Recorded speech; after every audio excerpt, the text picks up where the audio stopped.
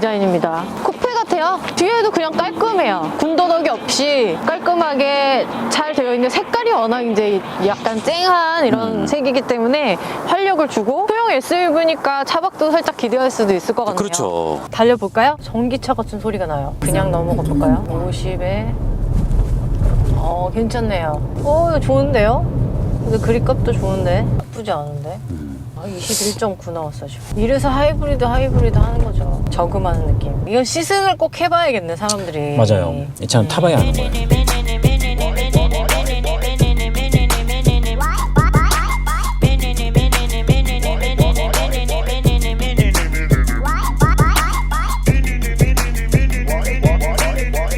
XM3 E-테크 하이브리드를 타고 지금 강원도 평창에 있는 백운산 백룡동굴 주차장으로 지금 가고 있습니다. 주행 거리가 221km 정도 거리가 돼요. 이 정도로 고속으로 주행하게 되면 고속 주행에 대한 XM3 E-테크 하이브리드에 대한 연비가 대충 나올 것 같은데, 이 차가 인정받은 연비는 리터당 16.6km를 인정을 받았습니다. 고속 주행에서. 근데 실제로 지금 달리고 있는데 좀 전까지 리터당 25km 정도 나오다가 지금 정도 한 23.7 도착을 하게 되면 23 이상은 충분히 나오지 않을까 생각을 해봅니다. 서울 외곽순환 고속도로에서 약간의 정체는 있었지만 거의 뭐 정체 없이 한 100km 정도 속도로 꾸준히 달려왔습니다. 근데 이 정도 연비를 기록했으니까 실제 공인연비 수치보다 월등히 많이 나오는 수치가 아닌가라는 생각을 해봅니다. 주유를 까다하게 되면 한 850km 정도 트립에 찍히는 것 같아요. 소형 하이브리드 SUV에서 이 정도 연비 나쁘지 않은 연비라고 볼 수가 있을 것 같아요. 특히 또 이 차가 한국 자동차 전문기장협회가 선정한 대한민국 올해의 차, 여기에서 하이브리드 SUV 부분에서 또 수상을 또 했죠. 올해의 차로 아주 축하할 만한 상입니다. 크리치리스 멀티모드 기어박스가 변속기가 제공이 되기 때문에 기능도 여러 가지가 있습니다. 계기판 자체도 아주 깔끔하고 이쁜 상태고요. 그리고 고속 주행에서 편리하게 크루즈 컨트롤 기능도 적용이 되어 있습니다. 완전히 다이내믹한 느낌, 핸들링이 아주 쫄깃쫄깃한 그런 느낌의 드라이빙, 이 하체뿐만이 아니라 차체가 그렇게 설계가 된 것 같아요. 막히네. 르노 F1 머신의 기술이 녹아든 XM3 E-테크 하이브리드 차량입니다. 단단한 느낌, 그런 느낌이 있어요. 말랑말랑하고 헐거운 느낌이 아니라 단단한 느낌, 탄탄한 느낌의 XM3 차량입니다. 르노 차량이죠. 이제 막히지 않고 잘 뚫리고 가고 있네요. 성차감이 와인딩이나 직선 구간이 좋은 만큼 하체에서 올라오는 소음을 어느 정도 가만히 해야 된다. 도면의 질감을 어느 정도 느낄 수 있는, 하체의 질감을 느낄 수 있는 성차감이다 라고 보시면 돼요. 그렇다고 성차감이 크진 않습니다.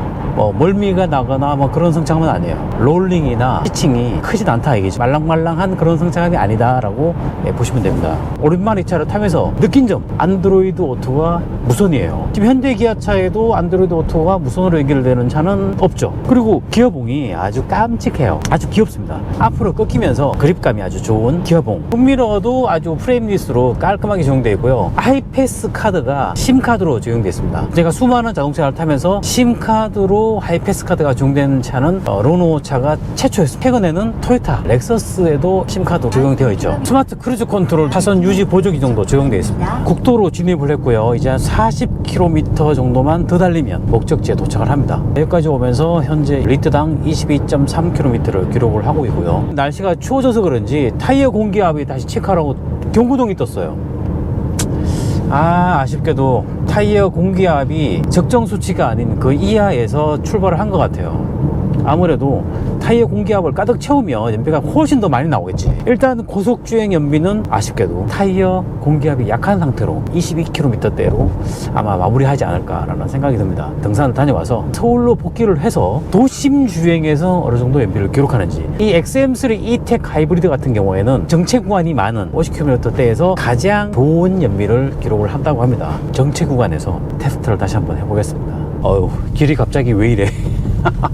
완전히 시골길입니다. 동강 길을 따라서 완전히 시골길로 가고 있어요. 와인딩이나 이 시골길을 다녀보니까 컴팩트하게 짜임새 있는 차 있는 듯한 승차감, 주행감을 보여주기 때문에 고속주행보다도 오히려 시골길에서 더 재밌는 것 같아요. 방지턱에서도 크게 요동치지 않고 탁탁 잡아주는 그런 느낌. 리플 스프링이지만 리플 스프링 같지 않은 느낌이 있어요. 승차감 그다지 그렇게 나쁘지 않습니다. 전체적으로 바닥에서 올라온 소음, 외부의 풍절음이 살짝 유입된다는 점이 살짝 아쉬운 점인데, 이런 부분은 포인트로 좀 막아주면 절반 이상 소음을 좀 더 막아주지 않을까라는 생각이 드네요. 1km 남았네요. 드디어 다 왔습니다. 이야, 이게 경치 좋다. 현재까지 기록한 연비를 보면 리터당 22.8km, 주행거리가 217.3을 기록을 하고 있고요. 잠시 후 우회전입니다. 다 왔습니다. 22.8km를 기록을 했고요. 218.2km를 주행을 했네요. 이제 다시 또 산을 타야죠.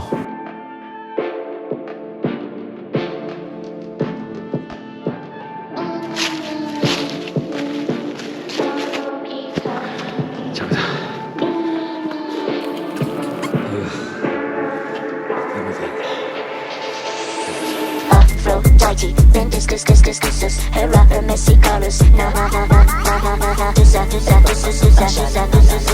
never become business. I love Aphrodite, then discuss, her rapper, messy colors. Na na na na na na na. Tusa, never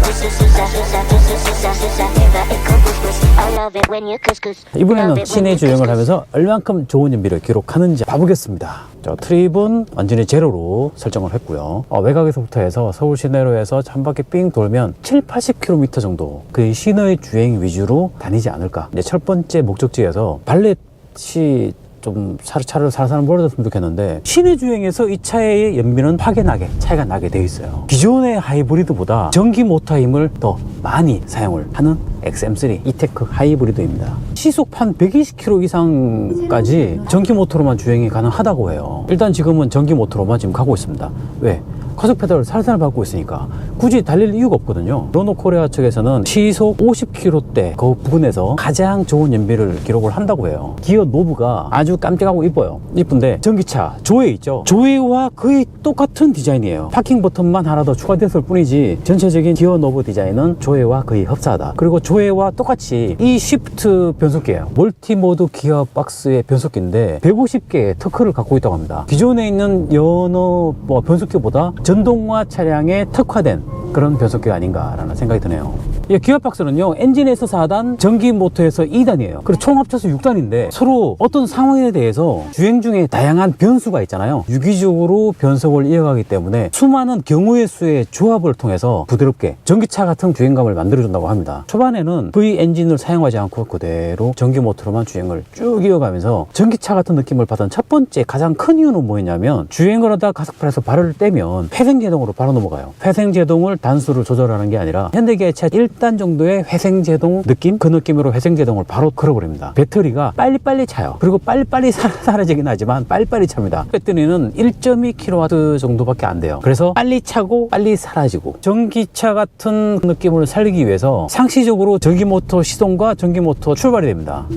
모터는 두 가지예요. 토요타 하이브리드 같은 경우에는 MG1, MG2. 이 차도 주행을 위한 모터와 시동을 위한 모터 적용되어 있습니다. 엔진 출력은 86마력 정도밖에 안 되지만 전기 모터가 되어지기 때문에 첫 번째 모터가 36kW고요. 두 번째가 15kW가 시동을 위한 모터고요. 36kW면 49마력이죠.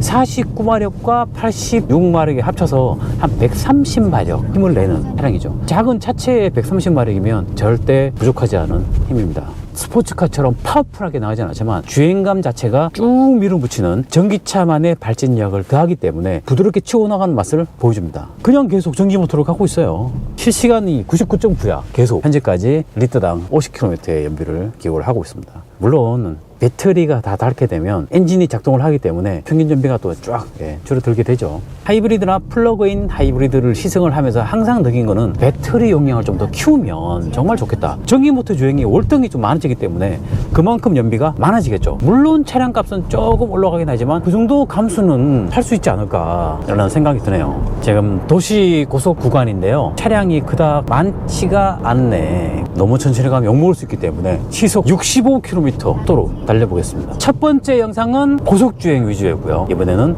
시내주행 위주로 연비 테스트를 하는 거기 때문에 시내에서 달릴 수 있는 속도 그리고 시내 구간에서의 느낌 보여주기 위해서 차분히 만들어내겠습니다. 결과를. 시내주행을 해보니까 이 차의 회생제동 시스템이 정말 놀랍네요. 운동에너지를 그냥 허투루 버리는 게 없어. 배터리를 그냥 바로 충전을 해버립니다. 이래서 전기차 같은 느낌을 준다고 얘기를 하는 것 같습니다. 특히 놀라운 거는 속도 방지턱을 지나는데 리프 스프링이 적용이 되어 있는데 리프 스프링 같이 하는 그런 느낌에 너무 자연스럽고 너무 부드럽게 넘어가는 성차감, 주행감, 서스펜션을 보여준다는 거 되게 특이하네. 타면서 느낀 건 기본기가 정말 탄탄하게 갖춰진 차라는 느낌이 듭니다. 차체의 크기라든가 실내 넓이나 이런 부분에서 조금 더 넓었으면 좋겠다라는 생각은 들지만 차는 시내에서 여성들이 타고 다니기에 초보 운전자들이 타고 다니기에 알맞은 크기의 차량이 아닐까라는 생각이 드네요. 시내 구간 첫 번째 목적지에 거의 다 왔는데요. 평균 연비가 리터당 31.8km가 나왔습니다. 잘 나오네. 31.8이 아니라 32가 나왔습니다. 32.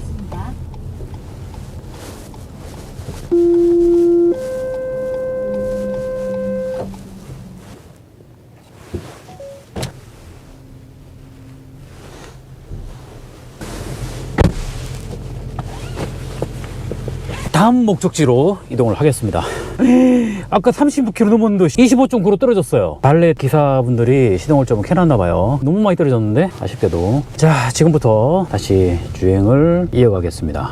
32였는데 아무튼 목적지 첫 번째까지 32를 기록을 했지만 다시 주행을 25.4에서 두 번째 목적지까지 다시 이동을 해보겠습니다. 다시 30까지 올라갈지 모르겠지만 차분하게 달려볼게요. 일단 출발부터 전기 모터로만 주행을 합니다. 역시 시내 주행에서의 강점은 바로 XM3 E-TEC 하이브리드가 아닌가 라는 생각이 드네요. 내부 순환 고속화도로, 여기에도 항상 정체 구간이 있죠. 좀 전에 출발할 때 리터당 25km를 기록을 했었어요. 시내 주행을 하다 보니까 다시 27.8km를 기록을 하고 있습니다. 달릴수록 쩐을 아껴주는 차, 시승을 해봐야 이 차의 진가를 느낄 수 있는 것 같아요. 왜 전기차 같은 XM3 E-TEC 하이브리드라고 하는지 알 수 있을 것 같습니다. 전기 모터로 주행하는 비율이 한 70% 정도? 모터 주행 위주로만 주행을 하려고 얘가 애를 쓰는 것 같습니다. 어지간하면 전기 모터로만 갈 거야. 그렇게 행동을 해요. 그러니까 당연히 연비가 좋을 수밖에 없죠. 운동 에너지를 그냥 버리지 않아요. 최대한 끌어들여서 배터리로 그냥 수집을 하네요. 28.3까지 또 올라가서 잘 만들었다는 생각이 듭니다. 두 번째 목적지에 도착을 했습니다. 리터당 28.5km까지 연비 수치를 끌어올렸습니다. 느낀 점은 시내 주행은 하면 할수록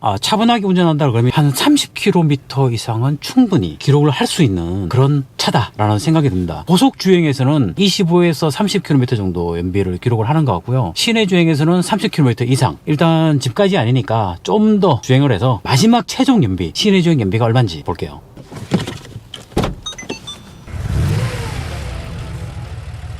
세 번째 장소로 이동합니다. 다시 재시동을 했더니 25.3으로 또 떨어지네요. 엔진 자체가 냉간 상태였다가 시동을 켠 즉시 엔진이 또 돌아가잖아요. 평균 연비가 살짝 또 떨어지기 시작해요. 25.4에서 또 다시 시작을 해요. 또 연비 수치가 올라가겠죠. 시내 주행을 하게 되면 평균 연비가 리터당 25km 이상은 충분히 보여준다 라고 보시면 될 것 같습니다. 그쪽은 오늘 돌아다니고 있는데 봐봐요, 연비가 또 올라가잖아. 아우, 리터당 26으로 올라갔어요. 잠시 후 좌회전입니다. 이어서 22m 앞 우회전입니다. 잠시 후 목적지 주변입니다. 드디어 목적지에 도착을 했습니다. 마지막까지 전기 모터로 주행을 지금 하고 있고요. 차를 세워서 오늘 주행한 거리 총 6군데 6번을 시동을 끄고 켰어요. 초반에 20-30km 달렸죠. 32까지 나왔는데 계속 시동을 껐다 켜고 하면서 차 엔진을 냉간시로 만들어 버리니까 시동이 또 저절로 켜지잖아요. 아무래도 평균 연비 수치는 좀 떨어질 수밖에 없어요. 하지만 지금 현재 연비가 25.3입니다.